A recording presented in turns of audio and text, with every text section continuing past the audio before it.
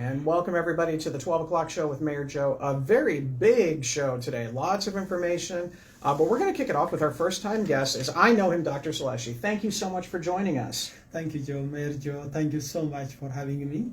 Now, you work for Ethiopian Tewahedo Social Services, correct? Yes. All right, so I did it. So first of all, what exactly is that? So that way everybody who's watching, I know we've had somebody from your organization on before, but what exactly does ETSS do?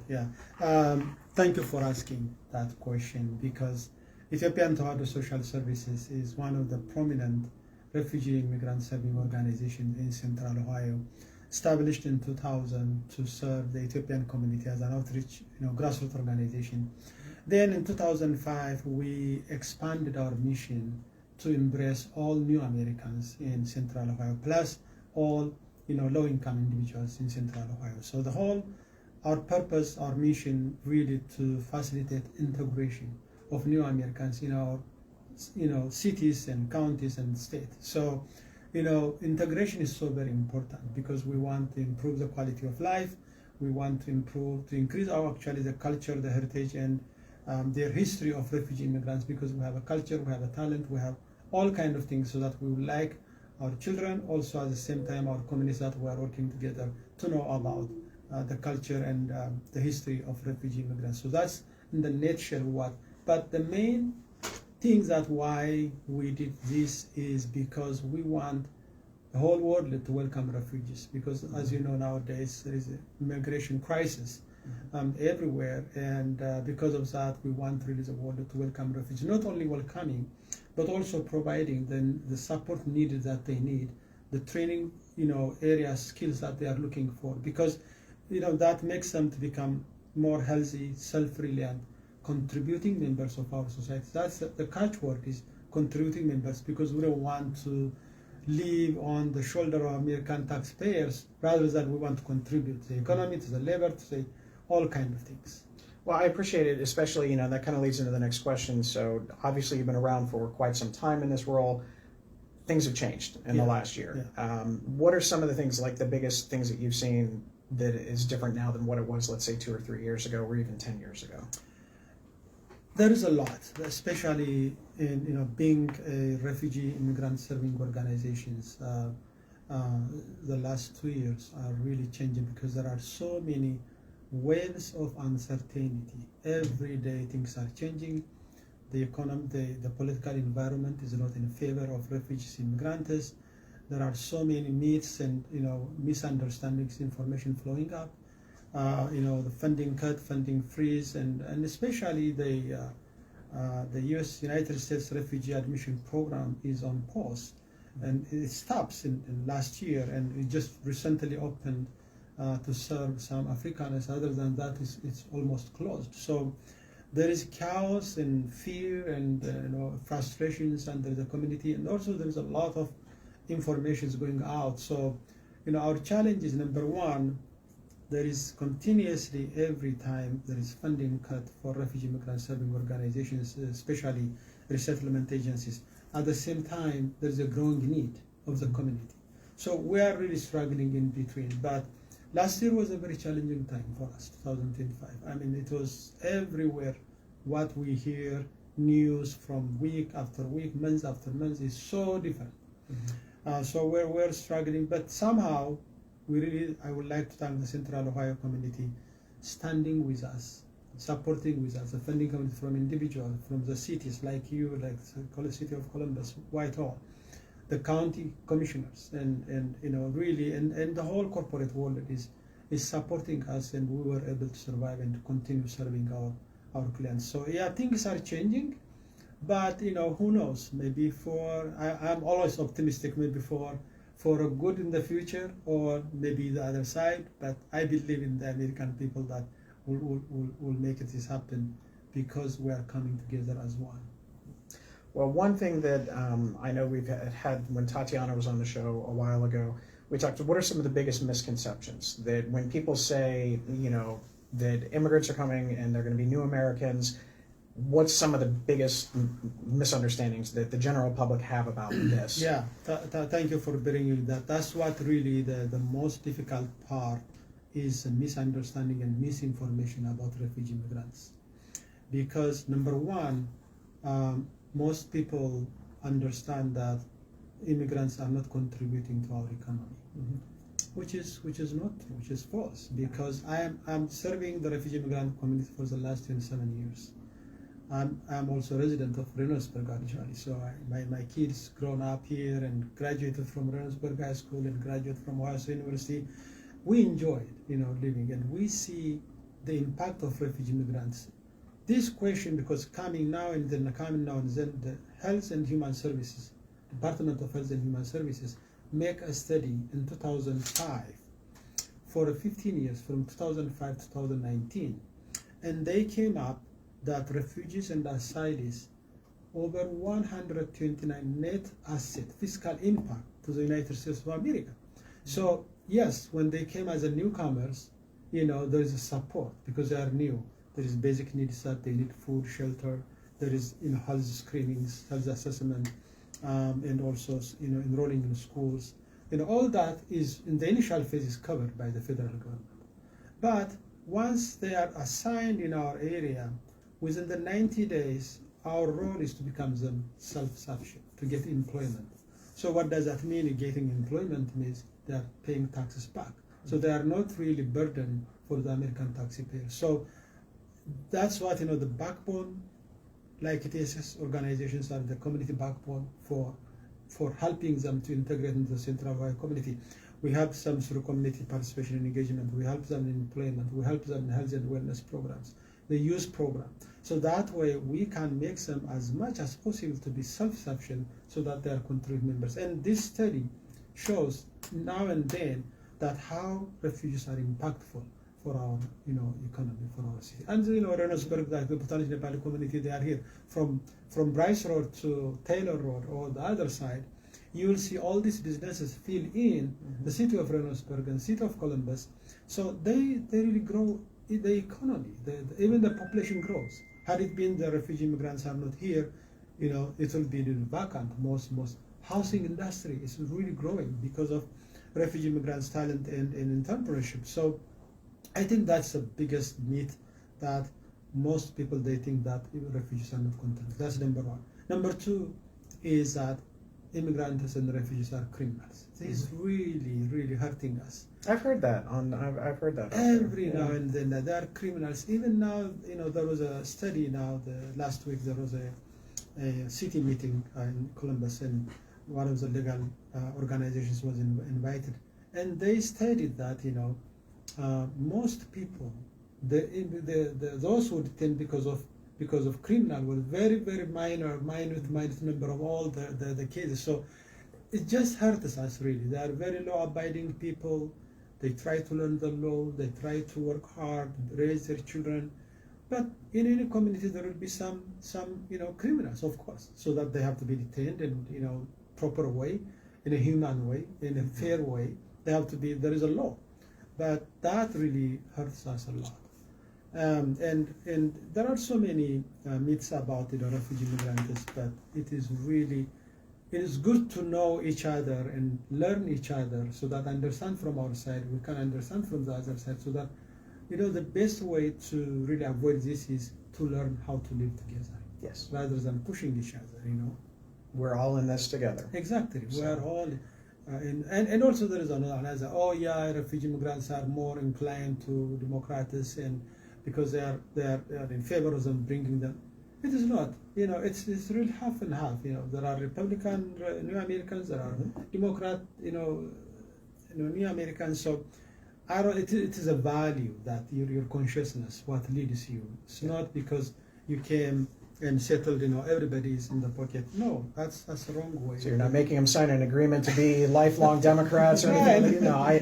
So we saw that here in Reynoldsburg in the last election, where there were definitive sides between Republican and Democrat, and it was for new Americans and established Americans all the same. It really wasn't about the ethnicity or race. It was more about the ideology. Exactly. So I have plenty of questions, but our good friend John has a question for you. John is, I think he's your neighbor, Yeah, he's basically? my neighbor. Yeah, he lives not too far down the road Yeah. from me. He- He didn't give me the most difficult of questions, which is good. But he says, over 20 years, ETSS has supported hundreds of refugee families and youth. Is there one particular success story that you could share about a youth or family that ETSS has helped and that has have been able to benefit the community they live in? Thank you so much. That's really, John is my friend, my neighbor. He's a good man himself, and his wife. Really, they are good people. They help. He volunteer in helping our refugee migrants, to getting, the basic necessary things that he donated his money to the good people that serving the community and mobilizing and promoting. So I really appreciate and have respect for him. And the question that he asked is really, yes, every day we live by success stories. I mean, since more than 20 years, hundreds and thousands of people that were serving in every aspect. That's what the energy, the passion that gives me every day, my staff and my is the success stories and the face of the smile of our people that we look. So, I mean, there are I have about 6-7 departments in ETSS. It's one of the largest organizations, and each department has their own programs and activities. So, every month that I attended my staff, there are about more than 200 employees at ETSS, and we spoke 57 languages in our agency alone. And every month when the staff came, the success story that they tell me, it's just, I think I'm going to invite you one of my staff meetings. So you will see the United Nations, the small United Nations in our office. So success stories are really the most important. And in fact, because we existed 20 years, expand 20 years, because the trust that we gain from our funders, from our partners, because we deliver. And so I can begin with my family. That's a successful family that, we came as a refugee from Ethiopia, my wife, my 2 children. Look where we are now. We built the most successful, culturally and linguistically appropriate institution in Central Ohio, one of the best organizations, really.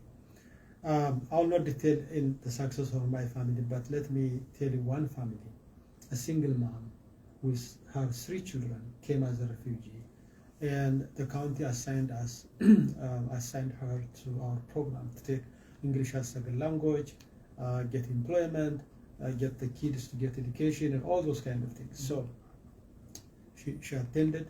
She's well, really, grasping and everything, and we find her a job in JCPenney for her first job. She was very, very happy.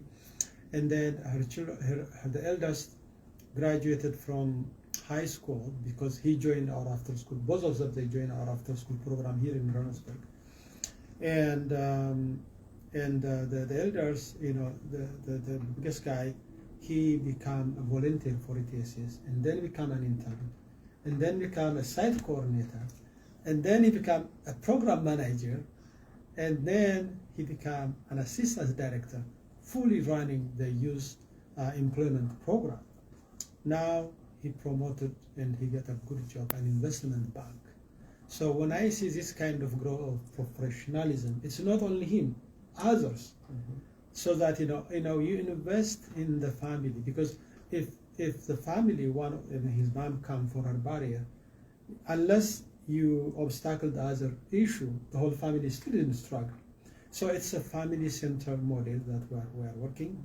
One of her daughters now studying dentist, and then the other one is going to graduate next year from Ohio State University.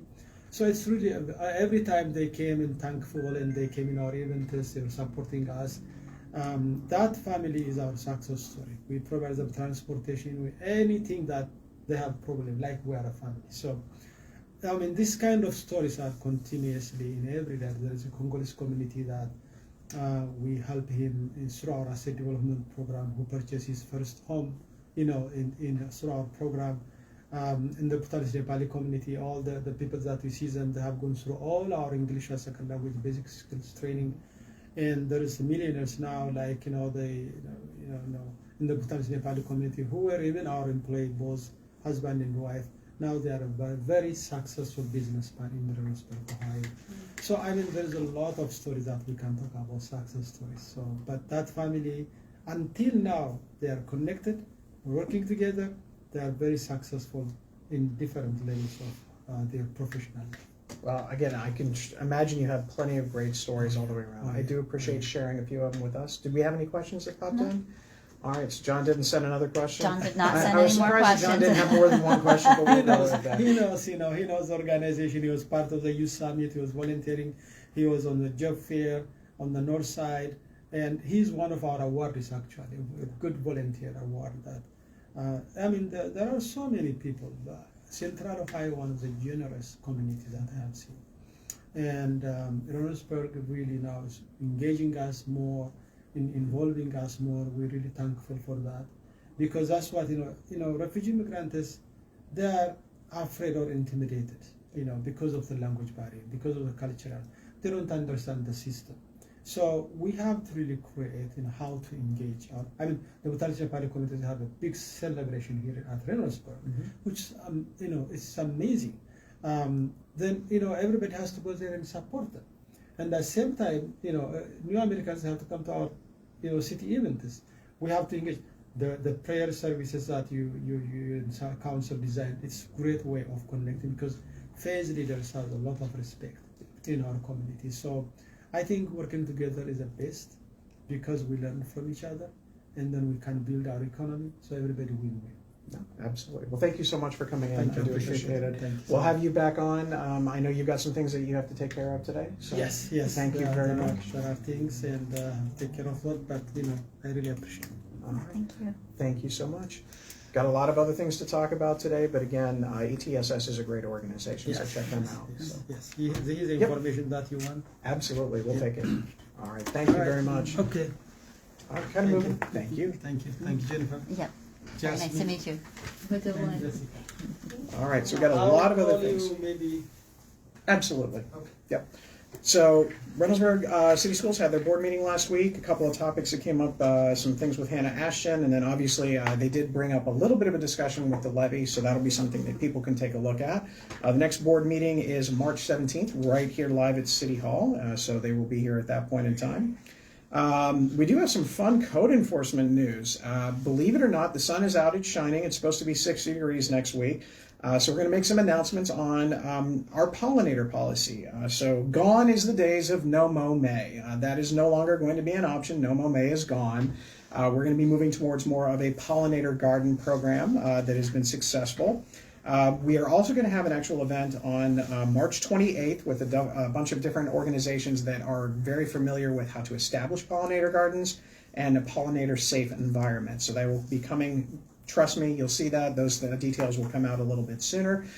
We also want to remind everybody about our no soliciting policy. So just the other day, I went home for lunch, and some poor person had the privilege of knocking on my door and wanting to sell me, I believe it was bathroom remodeling.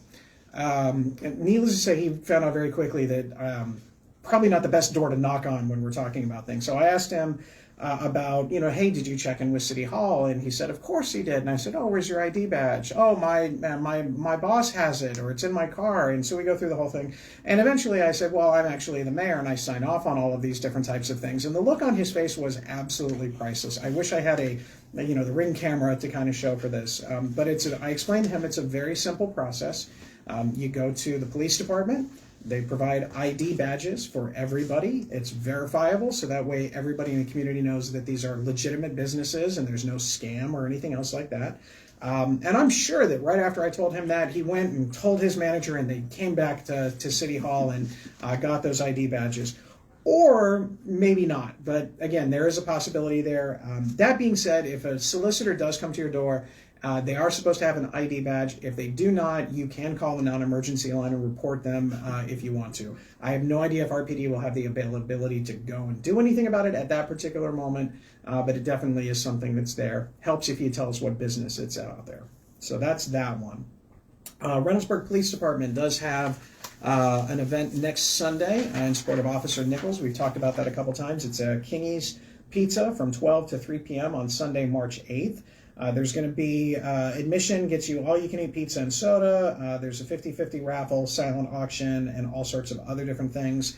So please go ahead and check that out as he and his family brace for the inevitable issues that come with his health conditions. So hopefully you can come out there and support our officer with that endeavor and eat pizza. They had me at that, so I know I will be there.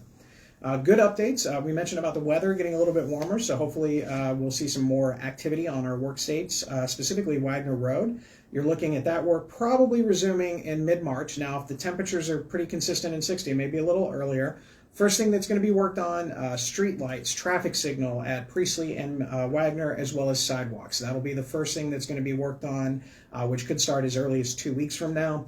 And then once the asphalt factories are opened up, which they're anticipating right now, mid-April, that's when the asphalt factories will open up, and that's when we'll get the paving for phase 1, and then that'll be all she wrote for phase 1. So we are in the last little bit, all weather depending. I think there's the saying, weather in March comes in like a lion, out like a lamb. I think it's supposed to snow next week at one point in time on Monday, and then it's supposed to heat up after that. So who knows what's going to happen? We'll have to wait and see, but that project is moving forward. I did want to also update you about the Taylor Road 70 issue. So they are moving forward with that, and recently I had the opportunity to speak to the Etna Township trustees. We worked together on a process to figure out, all right, so when this whole thing gets built and we're on Taylor Road and we're headed towards Broad Street or Main Street, what happens to traffic? What do we do? So they did provide a report specifically about how to improve the intersection at Palmer and Taylor, which is in Etna Township, so it'll be their responsibility and joy to work with that to add some additional turn lanes, both going north and southbound. So we will continue to work with them and the Ohio Department of Transportation on that, but that intersection right there specifically is kind of the bottleneck point that they want to make sure that they get that taken care of. There's also going to be synchronized lights all the way from the Taylor 70 interchange all the way really to Broad Street, including some Opticom systems for preemption for emergency vehicles and things like that. So a lot of details to work out, but we are working together in hand in that one. So Etna Township, thank you to your partnership for that. Parks programs, all sorts of fun things coming up. As the weather gets warmer, this is going to be, a bigger thing. We've got our Easter Bunny Breakfast on March 28th, so if you want to go for that, register online. If you wanted to register for youth soccer, sorry, you can't. It's the window is closed and there is a waiting list, but they are working on figuring that out. We did get a question specifically kind of related to some of our parks programming. Good friend Neil Whitman dropped off a lot of food waste, and he wants to know basically what happens next. Well, first of all, he says, are refill bags to be found in the grocery store or other garbage bags? I've not seen compost bags in grocery stores, but I've also not looked for them. I know we had to order our first batch the other day to get a section of them, so you can find them online. I know that not everybody likes that, but I don't know if they have them at the grocery stores. The next one, who picks up all the food waste? That is actually Swaco, and then they take it back to their facilities where they put it into compost to be used for other purposes. So it is being put to good composting use. And then the other request is a little bit different. The AI issue for electricity, a 1950s style educational film to explain all the joys of AI and data centers. We'll get right on that. It's going to be an interesting thing. We've actually talked about kind of that 1950s version for a couple of different things in there, but thank you for those questions. Anything else so far? Nope. All right, so we do have some fun development news, as always. More to come tomorrow night at the State of the City, but we do have two brand new shops that are opened up on Main Street. First one is Defined. It is a salon on Main Street, just basically right across from Cotner's Funeral Home, Vic's in that area. They are seeing customers right now. It's a beautiful store. We're going to have our grand opening for them in a couple of weeks. You also have Villa Noir, which is a candle shop right there as well. But it's not just a candle shop where you go in and buy candles. You can actually, I believe, make them there. And you can actually provide your own scents and everything like that. So it's more of a combination retail, but also experience opportunity.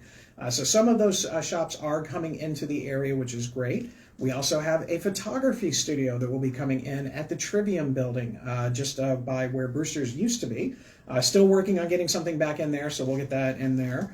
But there's going to be a photography studio in there. They're going through the permitting process right now, and they'll do some construction in the next couple of weeks to kind of maintain that space. but we'll have a photography studio in there as well. So we're happy with some of the development stuff. For everything else, you got to come to the State of the City or watch tomorrow night online. So that'll be what you have to do tomorrow. Other events coming up, after the Easter Bunny Breakfast, you can go to the Lions Club Easter Egg Hunt on March 28th from 12 noon to about 12:02 p.m. because all of those eggs will be picked up pretty quick. It is at Huber Park, and there are age brackets, so you don't have 14-year-olds going against 2-year-olds for the candy, so there are specific brackets around, which is always a good thing. The YMCA has a Healthy Kids Day on April 18th from 1 to 4 p.m. We're hoping that it's going to be better weather than last year, because last year in April it was a little cold. So we're hoping for some warmer weather this time around. While we're speaking of warm weather, it's always time to talk about concerts on the lawn. We have a couple of different acts that are ready to go. We have a Beatles tribute band. We do have a Grateful Dead band that is coming, and I'm hoping that's also coinciding with the the recreational marijuana facility that comes up, because honestly, you need to. I mean, those two things match. So we have that one, as well as Reeling in the Years. Those are all going to be going in June and July. We have the Food Truck Festival coming up as well as the Big Tomato Festival. But again, you're going to have to come tomorrow night to hear a little bit more about that. Right, Jennifer? Correct. There you go. There are also other events this Saturday night. We have the Community Association Spaghetti Dinner starting at 5 to 8 p.m. You've got all that information out there, and all of that does go to support all of the great community association activities, including the 4th of July parade, Christmas on the Town, and the Halloween Fest. Now, there's going to be some big changes to Christmas on the Town and the Halloween event. We're trying to find ways to work together to have these things kind of be more seamless. So you go from the Halloween event, from what the Community Association does, right into some of the things that we do, as well as Christmas on the Town, to combine that particular event with our tree lighting. So we've got some good things there to kind of connect it for a whole day experience in the community of Reynoldsburg. So we're really excited about that. Thank you to the Community Association for working on that one. We also will have Community Cleanup Day. We have a meeting on that a little bit later today. If you haven't had the chance to do a little bit of spring cleaning because of the weather, you have plenty of time to get some things together. We'll have our usual shred-it box together, collecting recyclables, bulk drop-off, donation of bikes, flags, proper flag disposal, and medicine disposal, amongst other things. So you'll start seeing some of those advertisements as well. And I do know that all the students in Reynoldsburg City Schools, in the elementary schools, they're working hard, hopefully, on creating our Community Cleanup Day t-shirt contest. So we'll have one of those lucky individuals will have the opportunity to have that design on our volunteer t-shirt. So keep looking out for that fun stuff. Any questions? Do you have a question about the State of the City? Wanting to know if it'll be live streamed by the city website or Facebook? It will be on the city website. We could not figure out, I think, from trying to get it online on Facebook was a little bit hard to get everybody's systems matched in with that. But we will have it on and recorded. It'll also be on YouTube, so you'll be able to see the slide deck. Old teacher habit, I can't just talk by myself. I have to have pictures for people to pay attention to, so it's hard to do the camera with me talking as well as that. So they're going to have professional studios to come in and kind of take care of that stuff. So that'll be out in the not too distant future after the State of the City. But you can avoid all that by coming to the State of the City tomorrow night. Doors open at 6:30. We'll have some cool things out there. All of the various departments will have information on everything from the water meters that are being installed all the way throughout Ohio or the central Reynoldsburg area. We also have, if you're interested in a job with the city, how that works, as well as development. Morpsey will be here as well to talk about some opportunities for weatherization options and things of that nature as well. Another question. Yep. Any word on when the dispensary at 256 is scheduled to open? Also, are citizens allowed to observe Mayor's Court? And if so, when does it start? Oh, those are two good questions. We're hearing that the recreational marijuana facility will open up sometime in May. I'm still hoping for April, maybe April 20th or so, to have that open at that point in time, but we'll see. Mayor's Court is every Thursday, and usually that really gets underway, I would say, probably about 8:30 or so. And it is open to the public. You can come in. If you're expecting like Law and Order drama with that, probably not going to happen, but you will see some things with code enforcement and other stuff. But you're welcome to come in and take a watch for that one. Good questions. I like that. We also are celebrating America 250. So in the not too distant future, we're going to have our team here to present some information about America 250. We know that the schools are participating with the Stories of Reynoldsburg. The Historical Society just put something out as well for what they're going to do. And we're going to partner with some of our other organizations just to get that out there. But I'm really looking forward to the Stories of Reynoldsburg from our kids. So that's going to be a great thing. Tomorrow night, again, is the State of the City. The doors open at 6:30. We're going to talk about a lot of different stuff. We're going to talk about kind of like review a little bit of 2025, but also talk about all the great things that are to come in 2026 and beyond. So we're excited about that. Any last second questions? Nope. All right, we got next week we are going to kick off Women's History Month as we kind of put a wrap on Black History Month this time. If you hadn't had a chance to drive down Main Street, please go ahead and do so and take a look at some of the banners that are out there. And then next month we will kick off with Women's History Month, where Jennifer will be subject to all of your questions all of the time. And it's going to be a lot of fun. I'm looking forward to it. With that, everybody else, stay safe, stay respectful. And as always, please, please, please put your shopping carts away. Thank you very much. Have a great week. And we'll see you at the spaghetti dinner Saturday night. Thanks all.